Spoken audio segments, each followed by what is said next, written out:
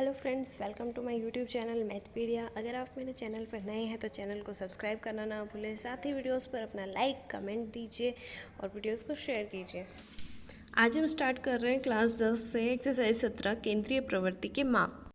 केंद्रीय प्रवृत्ति का माप श्रेणी का वह मान होता है जिसके आसपास श्रेणी के अधिकांश पद केंद्रित होते हैं, अर्थात कह सकते हैं कि ये श्रेणी के लगभग मध्य में होता है। अब हम बात करते हैं केंद्रीय प्रवृत्ति के माप और माध्यों के प्रकार के बारे में। केंद्रीय प्रवृत्ति के माप और माध्यों को साधारणतः दो भागों में विभाजित किया जाता है। पहला है आपका गणितीय माध्य। गणितीय माध्य के अंतर्गत तीन प्रकार के माध्य आते हैं: समांतर माध्य अथवा औसत, गुणोत्तर माध्य और हरात्मक माध्य।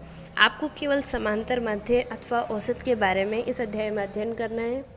दूसरा होता है स्थिति संबंधी माध्य, जो श्रेणी में पदों की स्थिति के बारे में बताता है, जिसमें पहला हम पढ़ेंगे माध्यक और बहुलक। तो इस अध्याय में आपको सिर्फ समांतर माध्य अथवा औसत और माध्यक और बहुलक के बारे में ही पढ़ना है। तो चलिए फ्रेंड्स, समांतर माध्य के बारे में जान लेते हैं। प्रारंभिक आंकड़ों या व्यक्तिगत श्रेणी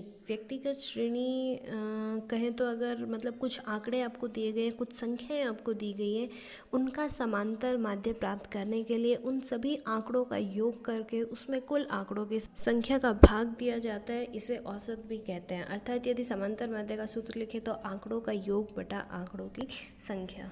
हमारा तीसरा सवाल है कि 3, 4, 8, 5, x 3, 2, 1 अंकों का समांतर माध्य 4 हो तो x का मान ज्ञात करो। यहाँ आपको पहले से ही समांतर माध्य दिया गया है, कुछ आंकड़े आपको दिए गए हैं जिनमें से आपको x का मान फाइंड करना है। सबसे पहले आपको क्या करना है, आपको इस समांतर माध्य का सूत्र लिखेंगे। समांतर माध्य बराबर आंकड़ों का योग बटे आंकड़ों की संख्या। सबसे पहला काम आपका सूत्र लिखने का ही होना चाहिए। समांतर माध्य को आप जानते हैं औसत से भी हम कह सकते हैं, औसत भी होता है।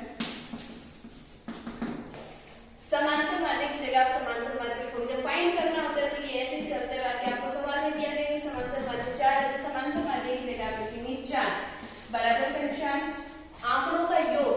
जितने भी आंकड़े आपको दिए गए इन सबका आपको योग करना है। योग कीजिए।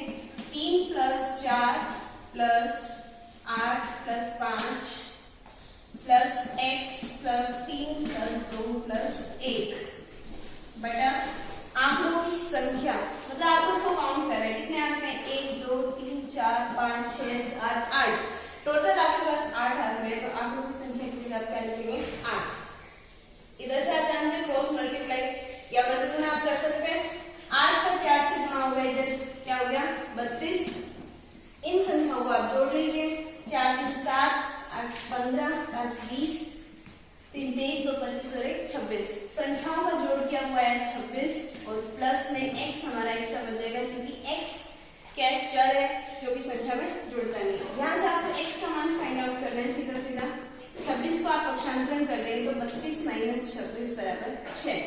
x का मान इन आंकड़ों में आपको ज्ञात करना था। x का मान ज्ञात हो गया 6। 17.1 का सवाल 1 और 3 हम कर चुके हैं, बाकी 4, 5, 6 आप सेम क्वेश्चन है, बिल्कुल आराम से कर सकते हैं। 7वां सवाल थोड़ा सा डिफरेंट है जो मैं आपको बता रही हूँ। एक कक्षा के वर्ग ए के 25 छात्रों का औसत भार 51 किलो है, जबकि वर्ग बी के 35 छात्रों का औसत भार 54 किलो है। इस कक्षा के कुल 60 छात्रों के औसत भार की गणना कीजिए। क्या समझ आ रहा है आपको कि एक क्लास में 2 सेक्शन है, सेक्शन ए और सेक्शन बी। सेक्शन ए में 25 बच्चे हैं, सेक्शन बी में 35 बच्चे हैं। टोटल बच्चे कितने हो गए? 60। तो इन 60 छात्रों के औसत भार की गणना करनी है, जबकि अलग अलग इन छात्रों का औसत भार आपको दिया गया। औसत पहले से दिया गया तो कुल संख्या आप कैसे निकालते हो? सोचो, आपको पहला दिया गया 25 छात्रों का औसत भार। औसत भार आप कैसे लिख सकते हो? औसत भार के लिए आपके दिमाग में औसत का कॉन्सेप्ट भी आना चाहिए कि औसत ही कैसे निकाला गया होगा। 25 आंकड़े होंगे आपके पास, उन सबको आपने जोड़ा होगा और उसमें आपने 25 का भाग दिया होगा, तब जाके आपके पास औसत आया 51। इसी तरीके से आपने औसत निकाला होगा। ये जो ऊपर हमने प्लस कर रखे हैं, ये 25 छात्रों का कुल भार है, बटे में 25 आंकड़ों की संख्या है और ये है औसत भार। यानी अगर हम 25 छात्रों का कुल भार ज्ञात करना चाहें कि उस मिलाएंगे तो कितना होगा, यहाँ से आपको क्या करना पड़ेगा, क्रॉस मल्टीप्लाई करना पड़ेगा। 25 इंटू 51, आप इनको मल्टीप्लाई कीजिए। 1275 kg, ये आया वर्ग ए के, यानी क्लास का जो सेक्शन ए है उसके 25 छात्रों का कुल भार आ गया 1275 kg। इसी प्रकार आप सेक्शन बी के 35 छात्रों का भार ज्ञात कर सकते हैं, क्योंकि आपको 35 छात्रों का औसत भार दिया गया है। औसत भार आपके पास लिखा हुआ है 54 kg। तो आप 35 छात्रों का कुल भार कैसे ज्ञात करेंगे, जैसे आपने 25 छात्रों का कुल भार ज्ञात किया, उसी प्रकार आप 35 छात्रों का कुल भार 35 को 54 से मल्टीप्लाई करके ज्ञात कर सकते हैं। यानी 35 छात्रों का कुल भार 35 को 54 से मल्टीप्लाई कीजिए, आप मल्टीप्लाई कर सकते हैं साइड में थोड़ा।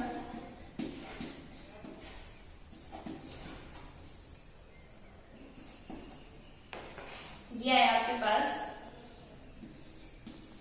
1890 kg। आपने सेक्शन ए के 25 बच्चों का कुल भार 1275 kg ज्ञात किया, 35 छात्रों का कुल भार 1890 kg ज्ञात किया। अब 25 छात्र और 35 छात्रों में कितने छात्र हो गए, 60 छात्र, और इनके योग का टोटल करेंगे तो ये आ जाएगा आपके पास 60 छात्रों का कुल भार, यानी 60 छात्रों का कुल भार आप ज्ञात कर सकते हैं।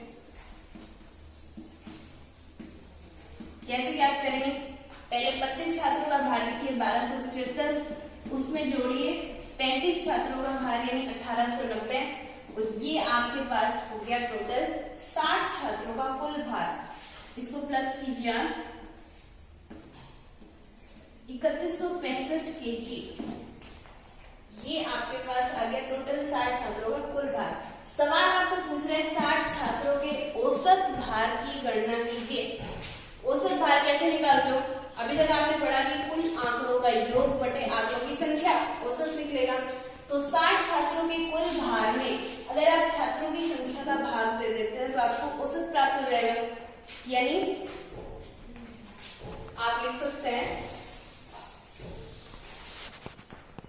60 छात्रों का औसत भार